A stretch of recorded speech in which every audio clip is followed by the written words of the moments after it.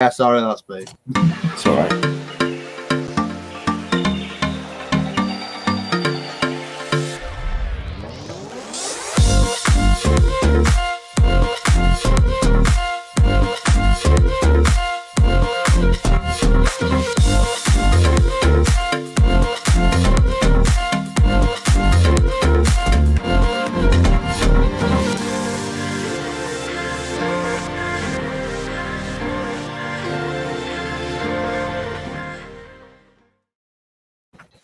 Now then, people, it is Joe. It's All Leeds TV. It is time for your big match preview. It's Good Friday. I assume you're all eating fish and chips because when I went by the beach earlier on, the queues were massive.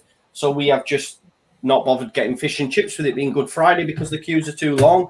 But happy Easter and all that jazz. It's nice to be back. I've had a week off, but I'm back. Someone said, go shite. Oscar's probably sorting out some massive collars whilst Joe's having a smoke. You got one of them right. Oscar's not with us. Oscar's playing golf. Oscar's playing golf now that he's allowed to, but he will be back for before the whistle blows a little bit later on. But let's say hello to the gang. Rhiannon, how are you? I'm good, thank you. How are you? Yeah, I'm doing all right. Back at work recently and that. Are you happy to be back in the grind?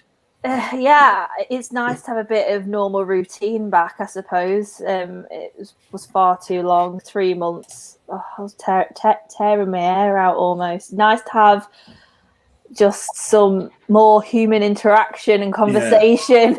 Yeah. Are you trying to say that this isn't enough interaction for you? No, not at all. I just mean proper face-to-face person interaction, actually being able to be around more people. I mean, like at home, I literally have my dog to talk to. Like, yeah, I hear you. I know what you mean. It's been tough, hasn't it? It's been tough. Phil, a lot of love in the comments for Phil. How are you doing, brother? You okay? Yeah, I'm all good. How are you guys all doing? I must admit, I've missed you a little bit. I'm not going to lie. I hate football. I hate it.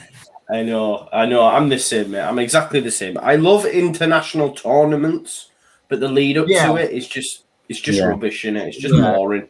Yeah. And it doesn't help when you've got Southgate in charge as well. And then Eddie Boothroyd as well, like with the it's just brutal. England's just brutal.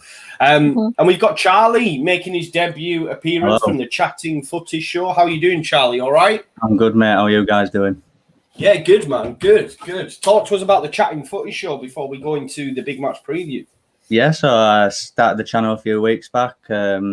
Similar to your one that you've just started on your own, basically. You know, I'm a Leeds fan, so I do Leeds pre and post match videos. I'm starting to get into doing like the Premier League in more detail as well, maybe Champions League, and when Euros is on, just general chatting footy, as the name suggests. So yeah, thanks for having me on. Cheers. No worries, mate. It's an absolute pleasure. We all in this together, all Leeds fans, all Leeds our way, and all that sort of stuff. Yeah. So, guys, make sure you check out the Chatting Footy Show. Charlie, Leeds fan, we support our own as always, and please smash a like on this stream as well. We've got some exciting content coming up. I'm buzzing. You know, when I seen Leeds United tweet out the other day, quite a busy month, and we had Sheffield United, Liverpool, City, Man United. Not in that order, I don't think. But I'm just so pumped for April, Rhiannon. How are you feeling about it? It's exciting times, right? Yeah. It makes me go like all like weird inside. That really like apprehensive excitement. Just ready to. I'm just buzzing. I'm just ready for it all. Yeah, I can't wait. And I'm hoping we get more than 5 points that I suggested on Leeds United Lasses. It would be nice to get some results over our old foes. So, yeah. Yeah. As long as we don't concede 6. Yes. Yeah. And we don't concede. Don't say 2 in 2 minutes like last Yeah, that's time. the thing, isn't it? As long as we don't make Scott McTominay look like as long as we don't make Scott McTominay look like prime Paul Scholes, we should be all right? Yeah, that's the thing.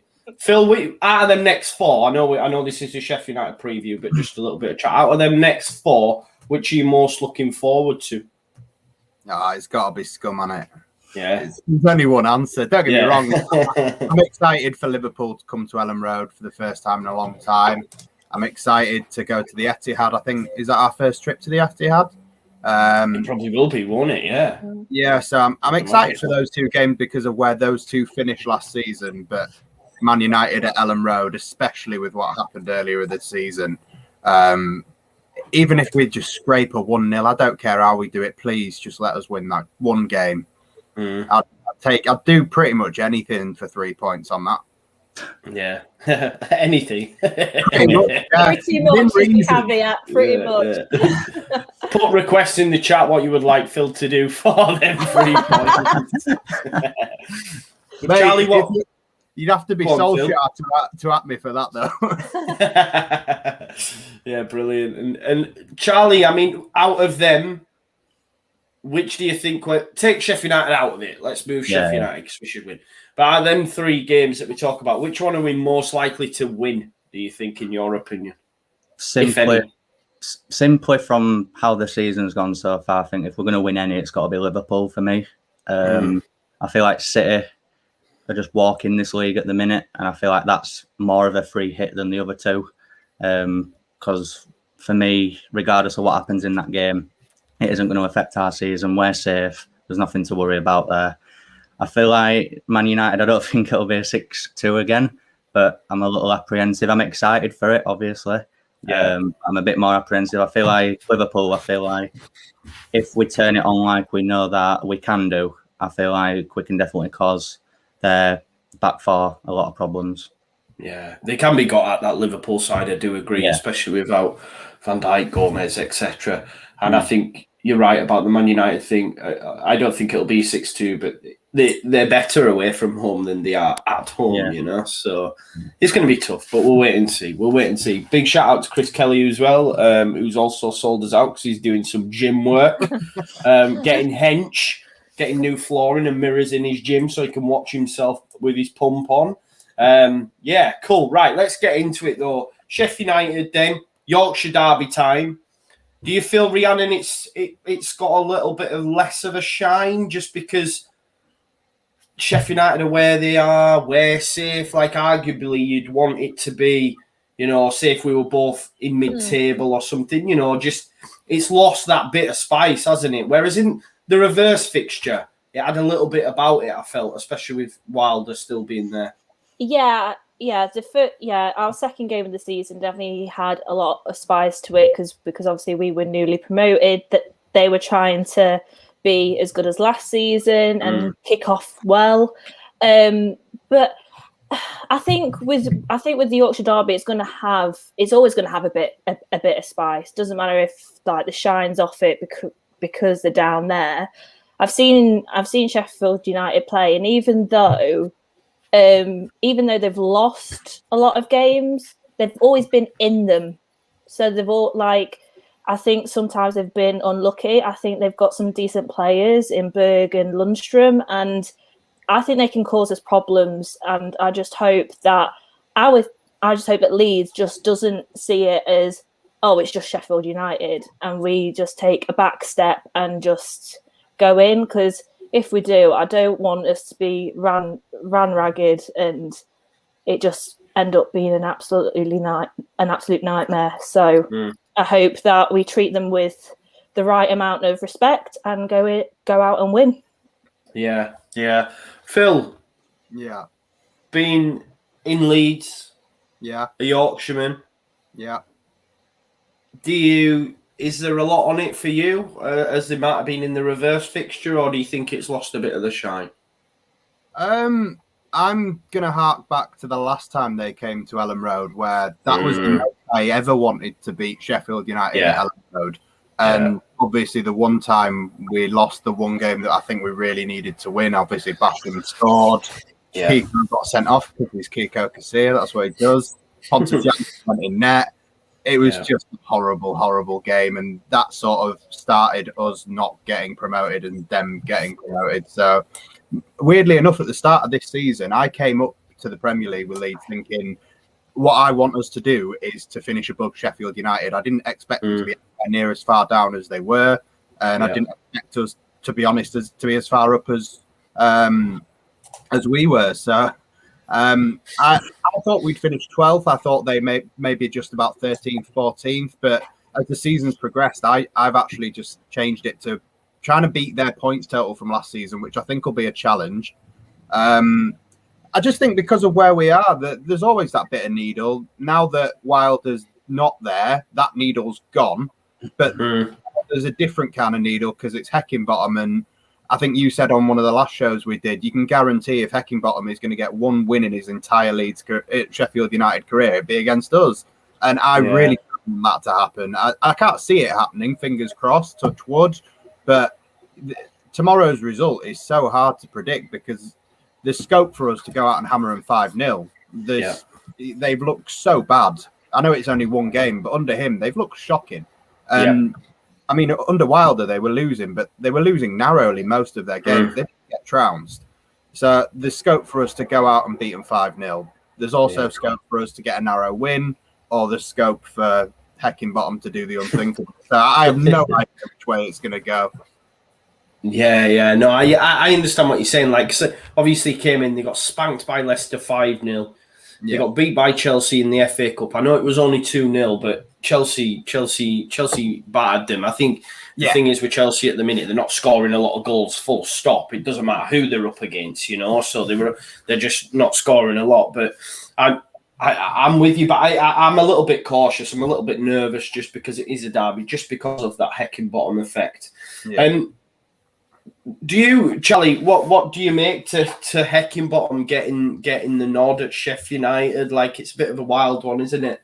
Yeah, I think if you'd have said when they were at Leeds that I'd be managing a Premier League club, I think everyone would have pissed themselves laughing. I feel, but like you've said, I'm wary of Sheffield United because of that element to it. I feel like I've kind of mentally prepared myself a bit for that to happen. Because, like you say, it'd just be the most Leeds United thing in the world for Heckingbottom to get his only win against us. But I feel like with Wilder not in the picture, I feel like that's the only bit of spice that's in this game now. And I feel like that's why we need to go out there and hopefully put them to the sword. I'm not saying it'll be easy. I feel like there'll be certainly patches in the game where it maybe isn't going our way. But I still feel like we've got the squad and we'll easily have enough to get a win. Yeah, and Sheffield United are absolutely ravaged with injury as well. Yeah, exactly. I was checking earlier on. They've got so many players out, and I think Basham won't make the weekend either. Billy Sharp, they've obviously got Jack O'Connell, Egan, all these long-term absentees out as well. So they're not at full strength. And Leeds United, for the first time in a while, right. I think, is it only Forshaw, Rhiannon, that we're missing? I'm trying to think. Even Cox maybe now, right? I think maybe Click. Maybe Click, Click. And because Cooper should be back from COVID, shouldn't he? Yeah. So I think it's just Click and Forshaw, as far as I'm aware. I mean, I don't know. Could I didn't get the complete presser. Is Rodrigo going to be back? Because he was Rodrigo's fit. Yeah, that's fine then. So it'll be nice to actually have that problem in choosing who's best to start. That is that's what excites me, right? I think the thing that excites me as well is the fact, Phil, that the Sheffield United line up with a 3-5-2, which means we go 3 at the back, and we're gonna have a pool of Cooper, Koch, Llorente, and Pascal Strout to pick from. And it also excites me that, Sheffield United don't score a lot of goals, haven't scored a lot of goals. And, their two front men are going to be going up against a back three, that's going to include 3 of them 4 that I've mentioned, who, for me, they've all been solid when they've played this season. They've all been solid. But, Phil, if you were to go out on a limb, who would be your back 3 out of them 4? Does he bring Koch back for this game, having played under 23s? Does he bring Coop straight back in, or does he take the younger Pascal out, even though he's up there? So, what's your thoughts on that? And guys, let us know in the chat who makes your back 3 as well. I think it really depends on which way Bielsa looks at it. So obviously Koch has been fitter technically longer than Cooper has. And he's played the under-23s games. So maybe there's a chance that he might throw him in. But then at the same time, Cooper, captain, when he's fit, usually plays. With the way we've been the last couple of games, we've played quite well. We kept a clean sheet against Chelsea. We've only conceded one in the win against Fulham. You could make an argument to try and stick with as close to the starting 11 from the Fulham game, but obviously different formation. I think Alioski will probably be the person that comes out to facilitate a change in that back three. I personally put Cooper in. I put Llorente, Strike, and Cooper, but I'm not Bielsa, so really whatever I say right now doesn't matter. I think either way, with either back three that we do put out, I think no matter who's on that pitch, we should be able to deal with a team that doesn't score goals. They hardly score any goals. They've got Rhian Bruce, who they've paid an absolute fortune for. I don't scored a single goal for him yet. McBurney, I know the Leeds fans have had their troubles with him, but in the Championship, I thought he was a really good striker. I would have loved to have seen him at Leeds, but I can't see him troubling the players that we're going to have on the pitch defensively tomorrow. So I'd be pretty confident whoever starts at the back. Yeah. What about you, Charlie? Who would be your three, mate? You see, I was thinking, is he going to put Ayling in the back three on the right-hand side? Maybe. If he does do that, I would keep it similar to the last few games and have Ayling, Llorente and Strike. Who would you play at right? Right wing back, as it were, if that was the case. Yeah. So that's what I mean. There's so many options at the minute. Yeah, there is. It is a good headache to have. If that's the case, then I'd probably my back four would probably be like Phil said. I'd probably put Cooper in, Llorente, and I'd keep Strike over Koch just because I feel like his performances recently validate him being in the team 100%. Yeah, definitely. Meteoric rise from Pascal Virgil van Strauch, as I like to call him. Rhiannon, how do you see that lining up then? Would you bring Koch in? Like, I know if Oscar were, I was going to say if Oscar was here, he'd be definitely on that. No, I'd be definitely on Koch. Yeah, I would. Because God, I've said that. Carry out that. No, yeah, I'd like to see Robin back in, only for the pure interest, just to see how him and Llorente will play with each other, because we haven't seen that centre back partnership yet in any formation. So it would be nice to see how that lines up. I'd like to see Llorente, Koch, and Strike as a back three personally, but. I've noticed in the chat that people are thinking maybe Calvin gets given a rest because of his England duty. So if that's the case, then Cooper in and then play Robin as CDM. Because we all know Robin can play CDM. Yeah, I mean, we've not seen him play there yet, have we? In a Leeds shirt. I know he's played there previously, but I'm very much...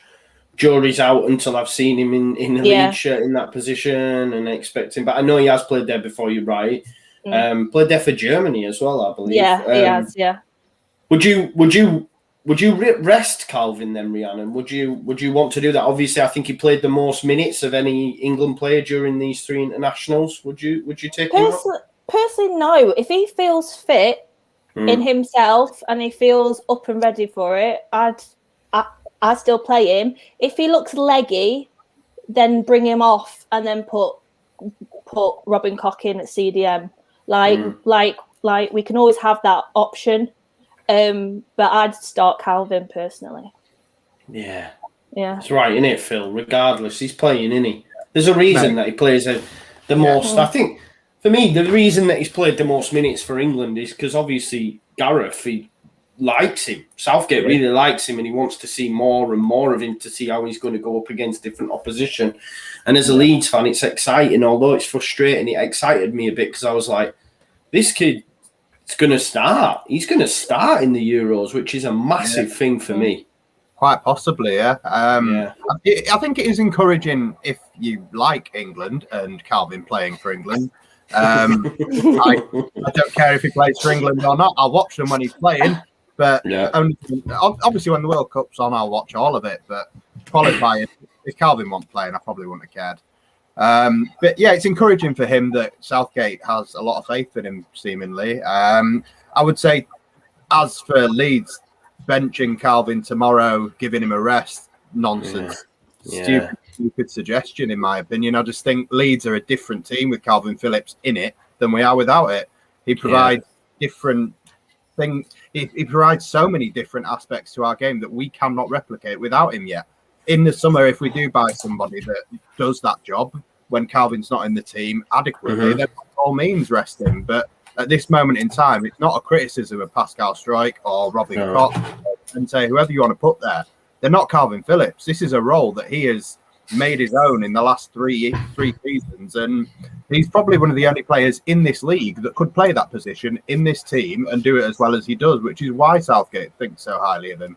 So I don't think you ever take Calvin Phillips out when you don't need to. No, I agree. You know, I see like some people say give him a rest and get ready for the big boys.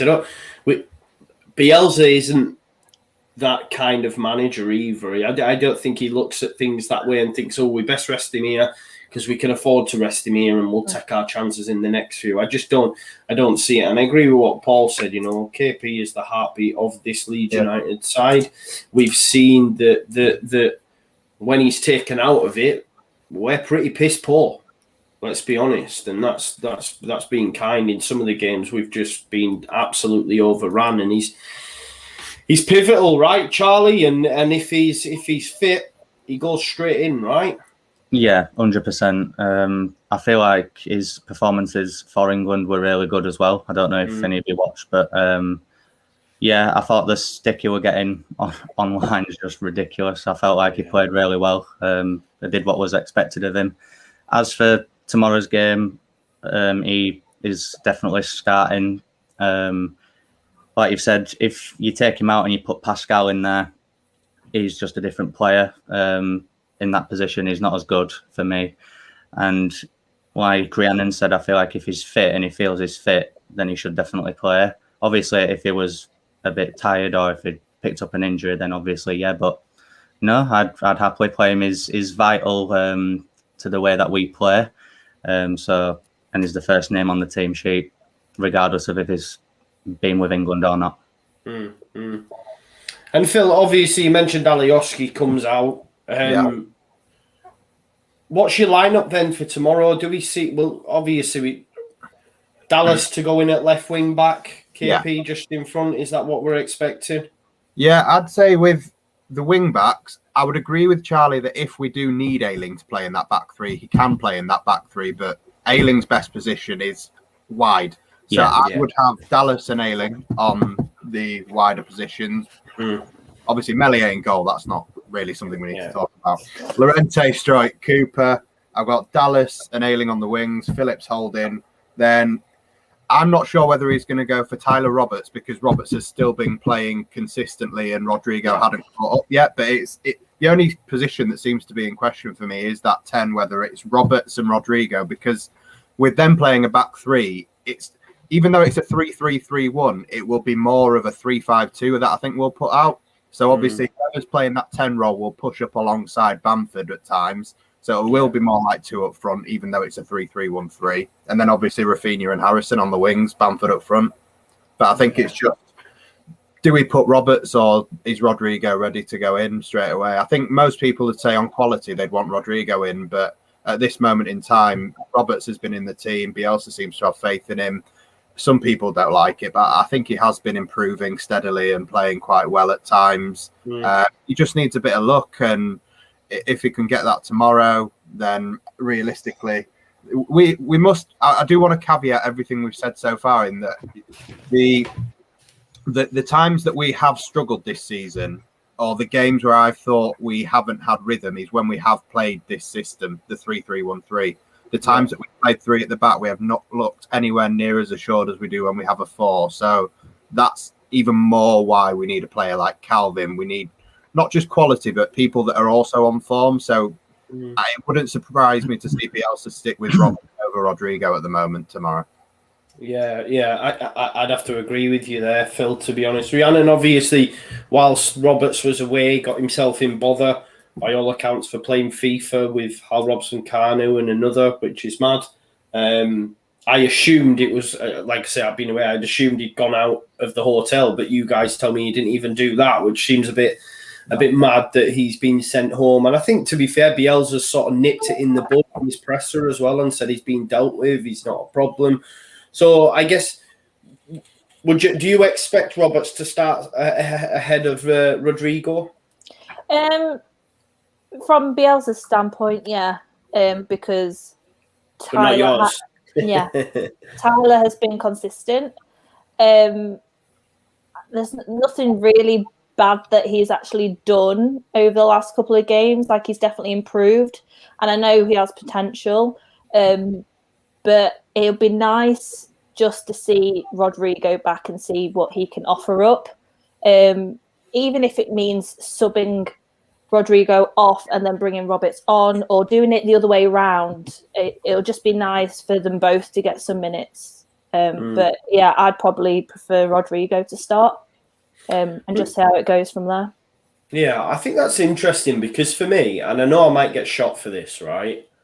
But arguably, I think Roberts has had more of an impact this season than Rodrigo. Yeah, I do. I don't know if you agree with that, Charlie. I think if you were to go over the course of the season, I don't know in terms of goal contributions, Phil. Maybe you can tell me. I know he scored for City. I know he scored and Newcastle. And Newcastle. Yeah, Rodrigo.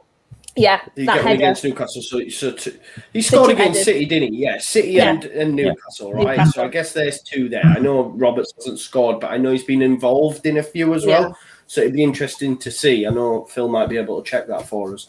But Charlie, who would you go for over that pairing of tomorrow of Rodrigo or Roberts?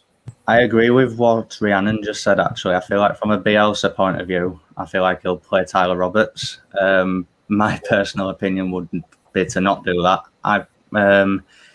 It just frustrates me sometimes, does Tyler. I feel like he holds on to the ball way too much in the midfield. There's times where I'm just screaming at my telly, just saying, just pass the ball, just give it to Rafinha, and he just doesn't. But I feel like, all that being said, I feel like the games recently he has improved, especially the Chelsea game. So I feel like, given the run of form he's been on, hopefully this Wales thing won't jeopardise his place. It shouldn't do.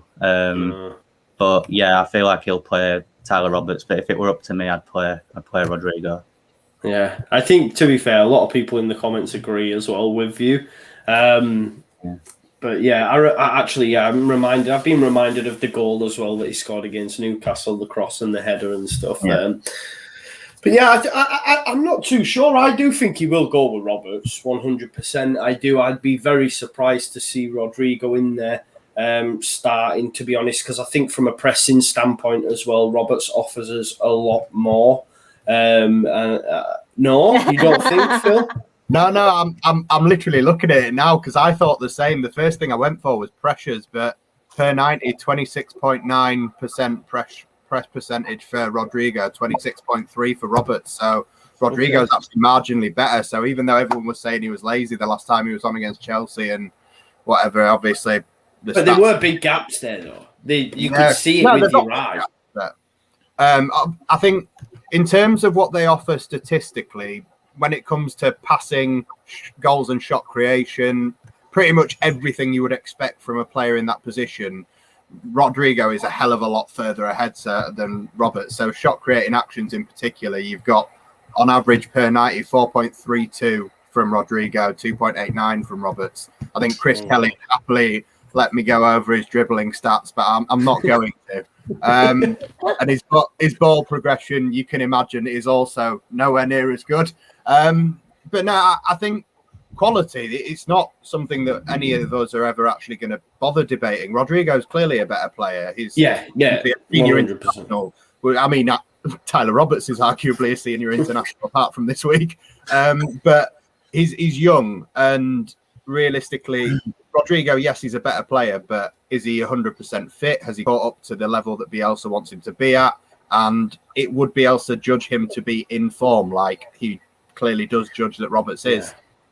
And I don't think the Wales thing has any sort of bearing on how Marcelo is going to make his decisions this weekend.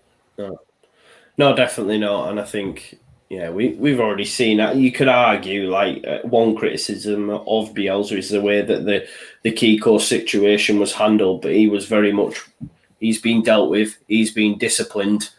That's it. It's move on. And I think he'll have the similar sort of attitude. I know it's a totally different thing, but I think he'll look at it with the same of Roberts was sent home. He was disciplined. He was dealt with. Nothing changes from a Leeds United perspective.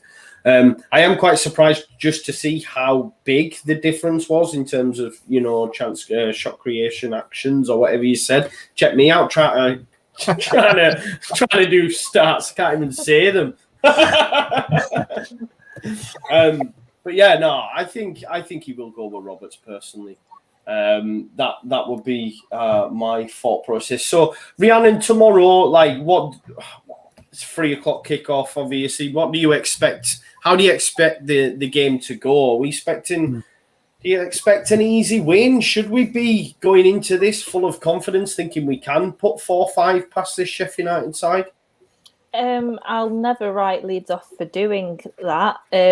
I think we have it in our locker to do that against any team. But being a typical Yorkshire derby, I reckon it's going to be a stalemate for pretty much most of the match, and I could see either a 1-0 win either way, in the last sort of 10 minutes, or I could see us getting a goal around the 60-minute mark, and then getting a second around maybe the 80th, and then completely cementing the win. So that's the way I see it going.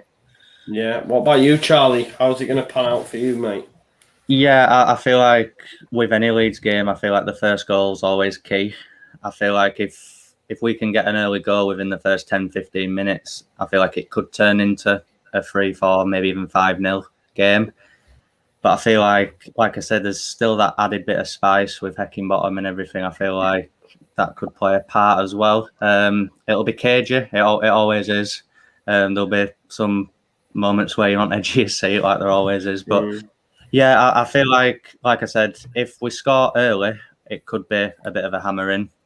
But like Rhiannon just said, if it gets to the 60-minute mark and it's 0-0, I think it could go either way from that point on. Yeah. 1-0 either way. That's my thought. It'll be definitely close if it gets that. Yeah, definitely. There's a lot of chat in the comments about Liam Cooper. Some saying that he shouldn't come straight back in, etc. I think it's crazy talk. Arguably, in terms of numbers, I think he's been one of our better centre backs. It was only a couple of weeks ago he was in the team of the season thus far. That's changed now. He's dropped out, but I'm always checking just to see if he's in there. But this thing of Cooper not being good enough, etc., is just crazy talk for me. I think he goes straight back in, Phil. Bielsa, whenever he's been fit, Cooper's played, and I think against the Sheffield United side, Cooper will play if fit. You know what I mean? And I do think. Would you expect? I guess you believe he'll play as well, mate, and believe he's good enough at the minute. Yeah. Anyway, I think those that are questioning Cooper saying he shouldn't be in the side, you need to sit down and wait, because we're not going to go after a centre back for a long time. For me, in terms of windows, we're covered in that position now for quite a few windows for me personally. But would we expect him to be in the centre, Phil, and Pascal on the left, Llorente on the right of the three? Like, how would we expect it to shape up? No, so for me, the last games we've seen 13 different centre-back partnerships already this season at Leeds. And we were sort of talking after the Fulham game, where we thought that from the Chelsea game, the Fulham game, I know we conceded against Fulham, but we thought Llorente and Struijk had started to build up a bit of a partnership that we were enjoying. I would leave those two next to each other and have Cooper on the left side of the three, have Struijk central. Because when we have two centre-backs, we often see Calvin drop between the centre-backs and play that role. So having Pascal Struijk, sort of someone who we've tried as a CDM anyway, sort of naturally slotting between those seems to make sense to me. Mm. But I'm no, not going to be asked getting into the comments about Cooper.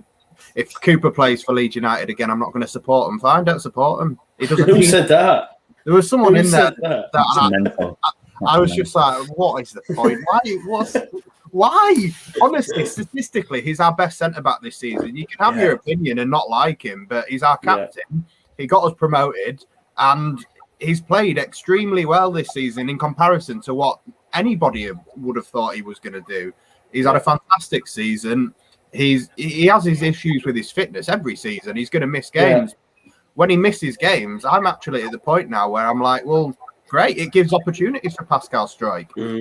When he comes back in, I'm not worried about him being like against Derby in the playoff semi-final or against Sheffield United at Ellen Road when Kiko got sent off.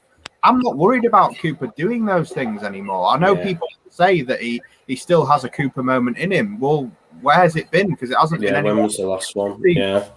So I just don't understand why anybody goes for him so hard.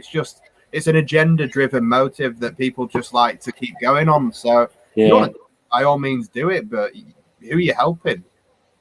Yeah, no, you bang on, mate. You bang on, and like you said, and everyone's entitled to their opinion. I think Ghost Shark said, Laurenti, Cox-Strauch, where does Cooper fit in? He doesn't for me. But like Phil's just said, statistically, he's our best centre back this season. The numbers don't lie, as it were. And I agree. The best in the league as well. Yeah, exactly. He was exactly, mate. There you go. He was up there with the best in the league. I'm just having a look. It'd be like playing a championship side, so therefore Cooper would be perfectly suited to play. But that's negative towards Cooper, as though to say he's only going to be good against teams that are in the bottom half. He's shown us this season that he's been better this season than he ever was in the Championship. At Old Trafford as well from that header, Yeah, he did. And this is a point, like Atamago said, it's not an agenda just because people don't agree with you. I don't think Phil's making that point. But every Leeds fan must see that there is an agenda against Cooper. Yeah. He's just the typical scapegoat, isn't he? The guy gets blamed when it's not even his fucking fault. And he's a target, I feel like. People just he's on the bench. Cooper must have said something at half time there. People just still see him as League One Liam, and I don't think that's ever gone away in some people's minds. So there's always going to be that dislike, maybe, probably not dislike, but just they don't give him enough credit for when he does do good against other teams. So yeah. Yeah, no, he's an absolute. He's the Don, man. He's the Don. Scottish international as well. For those that are saying, we've got international centre backs. Cooper's played international football as well, albeit for Scotland. I know there might be Scottish people watching. You know what I mean? But So 1 win away all season then for Sheffield United. Not great at all. I don't think, if I check my notes correctly, they've only scored 1 goal in the last 6 games as well. So surely we pick up another clean sheet here, Charlie. Yeah, like I say, I feel like even if we hammer them or if it's a close game and we nick a goal near the end, I whatever the 3 at the back is, I just can't see their strikers causing as many problems. Like you said there, like that speaks for itself. They're definitely not a confident team anyway, but I feel like now Wilder's gone, a lot of the players they might not be as up for it, because you could tell in that Leicester game that they just looked deflated and they looked shell shocked. And fair enough, Heckingbottom didn't have enough time to maybe get his ideas across in time for that game, but even so, they just didn't look interested at all. I just can't see us conceding against them. I just can't. No. Is that same for you guys? It can go 2 ways for me. Like what Charlie said about not being up for it and them coming across deflated. I don't know if it might be same against us with it being a Yorkshire derby. I don't know. Like it'll be interesting to see what kind of Sheffield United comes out, because there'll be two, won't there? There'll be either the one that's going to lay down and play dead, or there's going to be the one that's going to be right, we've got nothing else to lose, let's just go at them. So we'll just see what team actually comes out, and then we'll just have to adapt. And I think we'll be fine. I think Mellier's definitely got it in his locker to pull out a few more of them fantastic saves. So I reckon, it'll be a clean sheet. Number 10. Is it number 10? Is that what it would be? Clean sheet number 10? Clean sheet number 10 for Mellier.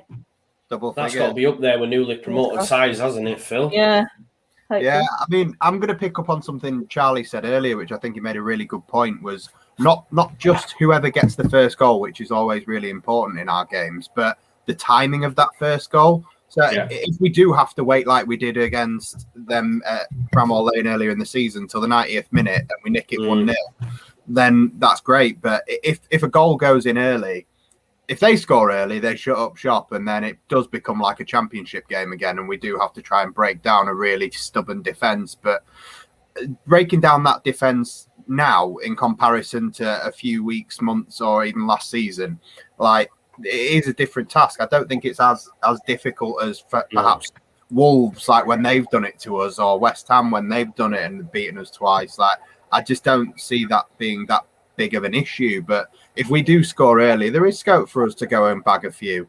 And it would be brilliant for us to, like Rhiannon said, keep that clean sheet for Mellier's sake. I think his save in the return leg against Sheffield United, I think it was Lundstrom, that save, save of the season for me. Yeah, that was incredible. Unbelievable save. Yeah. So I don't know. I think Madgers was up there. That was a beauty against Fulham. I prefer the Lundstrom one. It's so close. And Lundstrom's got a score, hasn't he? It's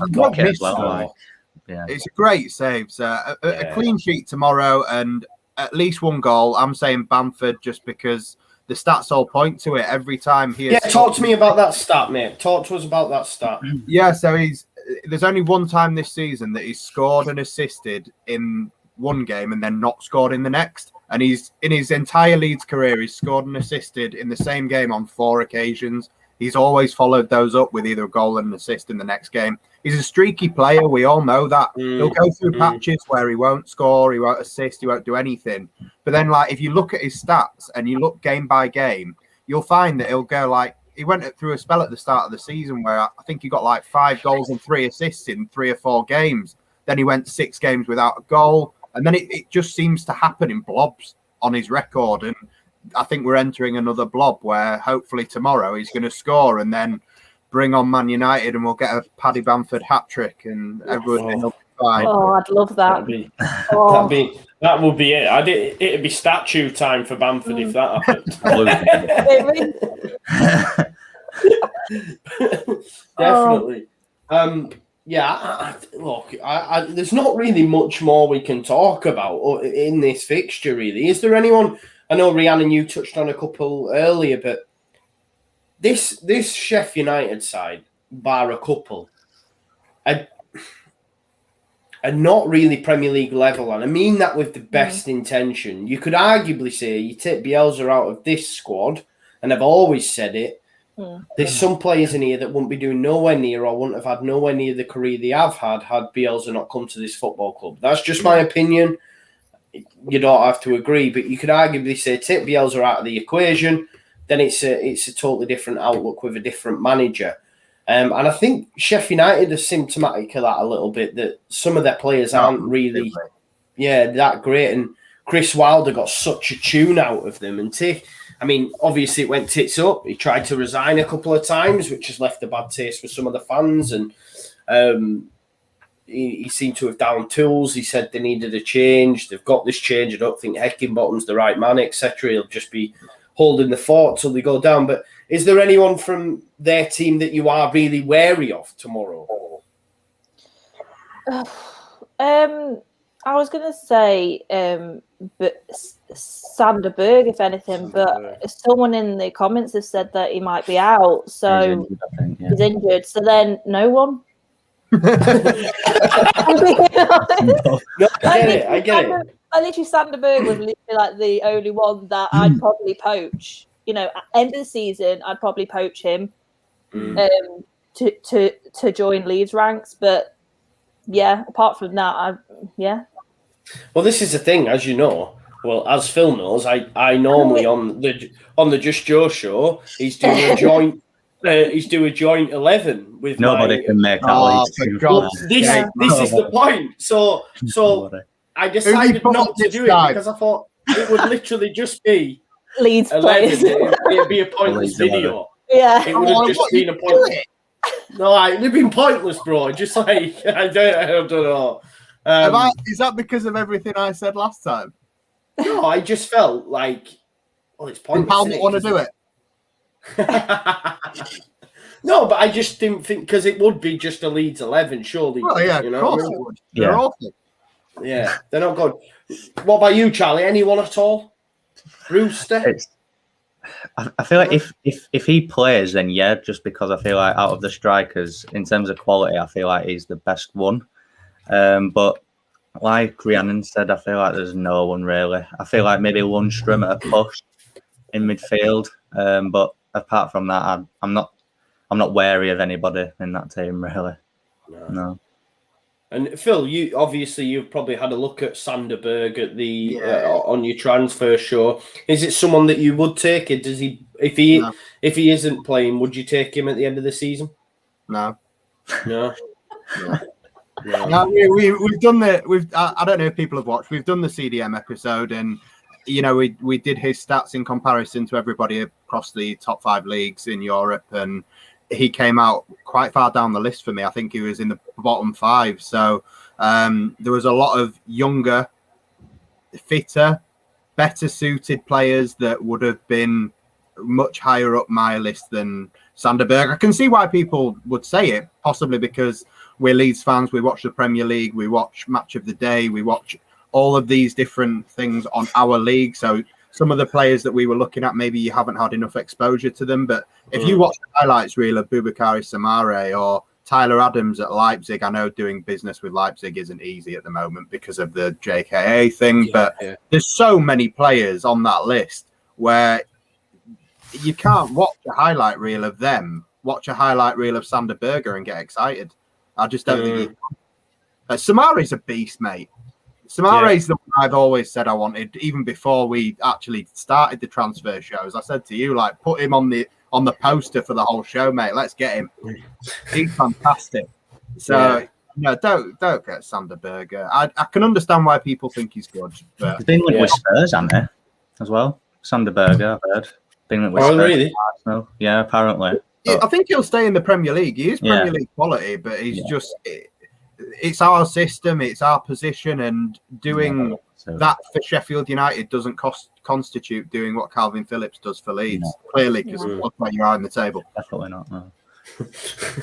Nice little dig there from Phil. Nice. Mate, full of them. Yeah, you're full of them. It's full of them. No, obviously we were linked with Ramsdale as well, weren't we? And we dodged a bullet there. If you remember rightly, I think Bielsa was spotted, weren't he, at the Everton Bournemouth game as well? And I don't know if that was for Harry Wilson or could it have been for Ramsdale, but it was definitely there. And we sort of dodged him. Lewis Cook, yeah. But we definitely dodged a bullet there because they shelled out like 18 million, wasn't it? It was a lot of money, was it? Was it 18? It's around 18, 20 million, wasn't it? Around that mark. Mental money, right? It's not even good. Especially when you consider we paid 5 million for France's number 1. Do you know what I mean? It's mad. Few people have mentioned set pieces. I don't know what their numbers are from set pieces, Phil. Maybe you could have a look, but I guess that's one area, Charlie, that Leeds do need to improve on. And I can't think off the top of my head if Sheffield United have scored that, hence why Phil's going to check that out for us. But hardly scored any goals in general, though, have they? So no, that's what I'm saying. Yeah, exactly. It's not as if like I'm thinking of a Sam Allardyce straight away or Burnley and thinking, we're going to be peppered here. But I don't know if that maybe you never know what Heckingbottom. He's different to Wilder. You genuinely might look at it and say, just get that ball in the box. Do you know what I mean? Because that is one way you can trouble this Leeds United side, right, Charlie? Yeah, I always crap myself every time it goes out for a corner. I get scared when it's a set Especially piece. when you've got players like Alioski just booting it out for corners as well. That was really strange that night. But I feel like set pieces have just been an issue, even in the Championship. We did have issues with that, but I think you've said on previous episodes, like, I feel like Bielsa prioritises ball playing centre halves than the set piece side of things, clearly, because otherwise it'd be a lot better.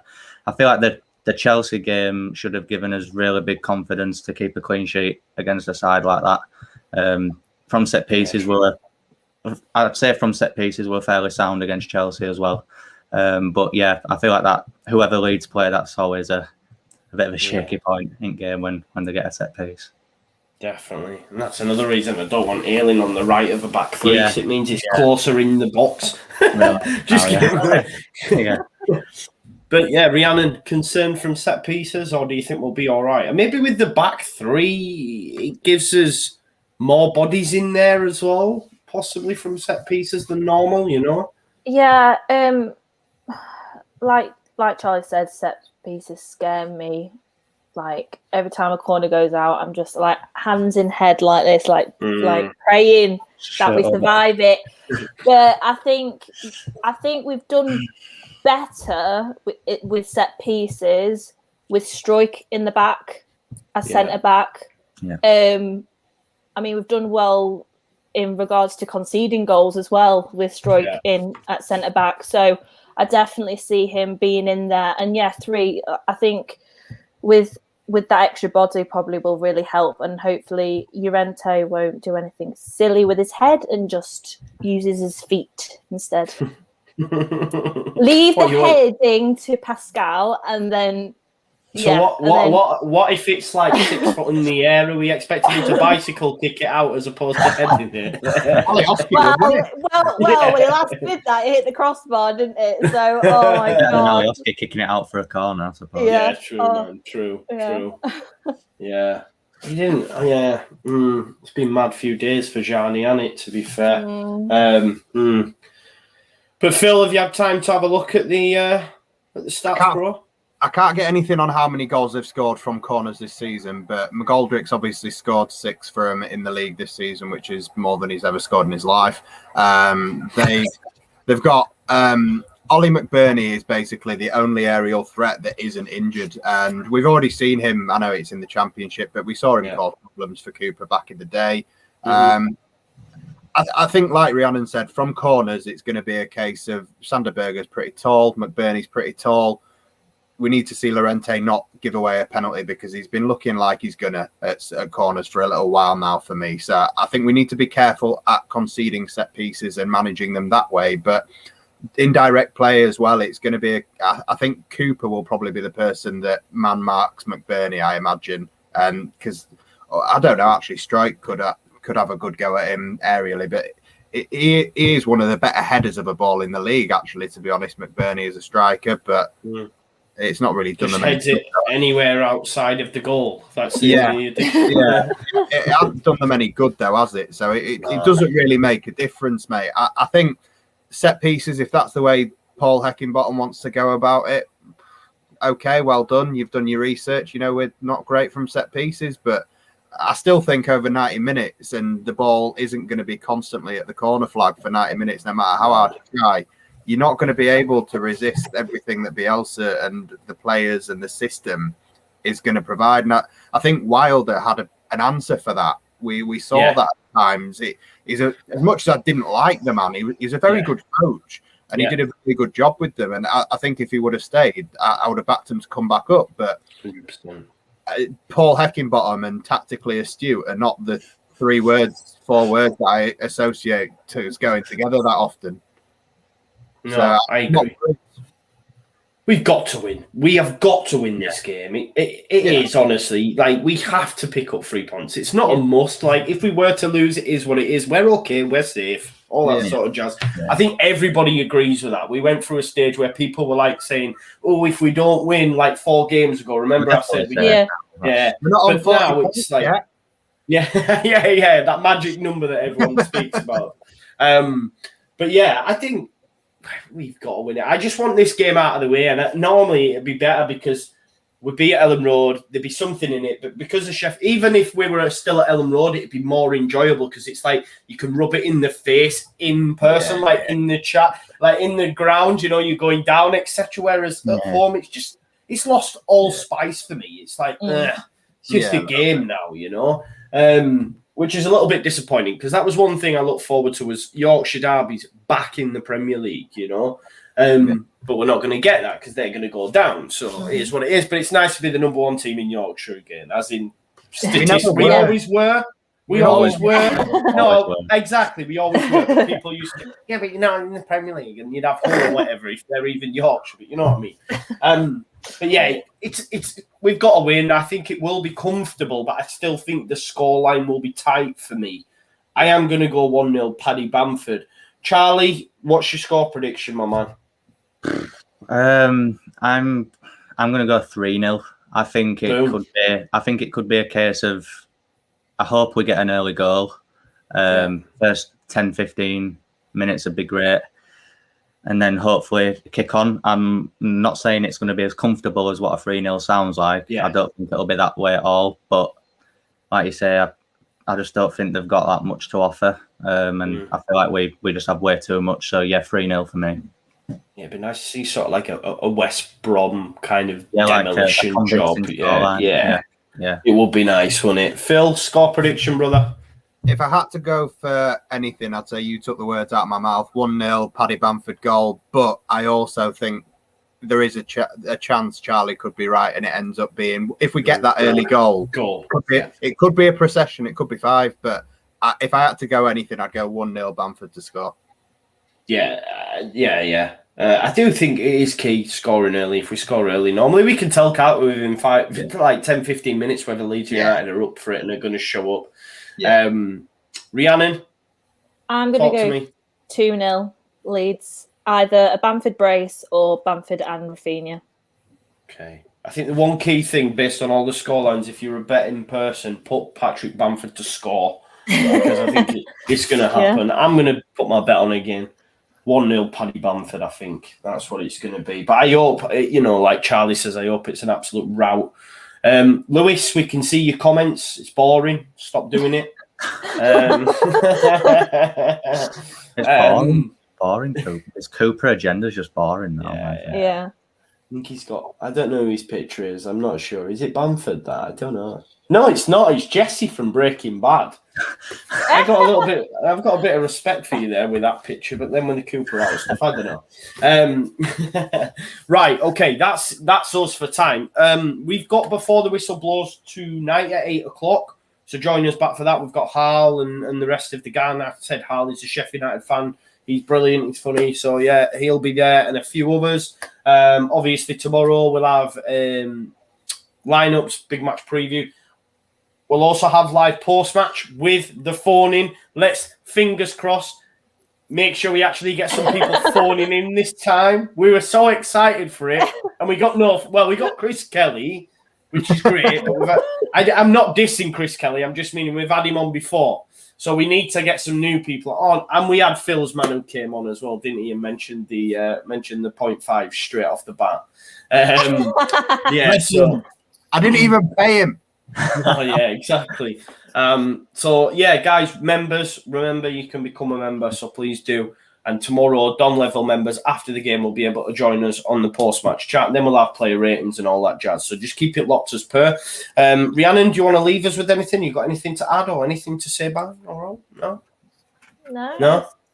See you guys on Tuesday with Leeds United Lasses. Leeds United Lasses. Phil? Yeah, I got one last thing.